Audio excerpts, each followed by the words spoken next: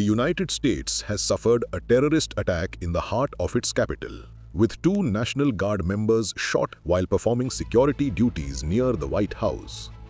Their sacrifice highlights the critical role the National Guard plays, a unique force that stands at the intersection of state authority and federal power, bearing heavy responsibilities for both domestic law and order and the defense of the Republic itself.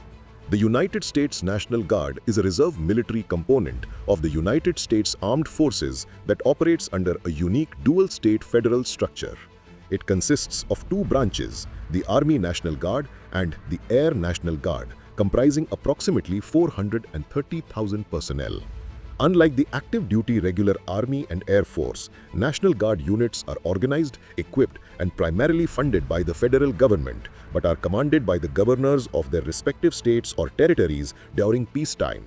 This arrangement stems from the U.S. Constitution and subsequent legislation, particularly the Militia Acts and the National Defense Act of 1916, which formalized the modern Guard as both a state militia and a federal reserve force. The primary mandate of the National Guard is threefold. In its state role, designated as Title 32 status or State Active Duty, it serves as the governor's immediate military force for domestic emergencies, including natural disasters, civil disturbances, and law enforcement support when local resources are overwhelmed. In its federal role, under Title 10 status, Guard units can be mobilized by the President for overseas combat operations, homeland defense missions, or to augment regular forces during national emergencies. This dual status allows seamless transition between state and federal missions, making the Guard a versatile instrument of both state and national security. Training standards for National Guard personnel are identical to those of the regular Army and Air Force. Soldiers and airmen attend the same initial entry training facilities, follow the same qualification courses, and must meet the same physical, medical, and professional standards. Units conduct monthly drill weekends and annual 2-week training periods, supplemented by federal schools for specialized skills. Readiness is maintained through a tiered system where certain units are placed on higher alert for rapid deployment.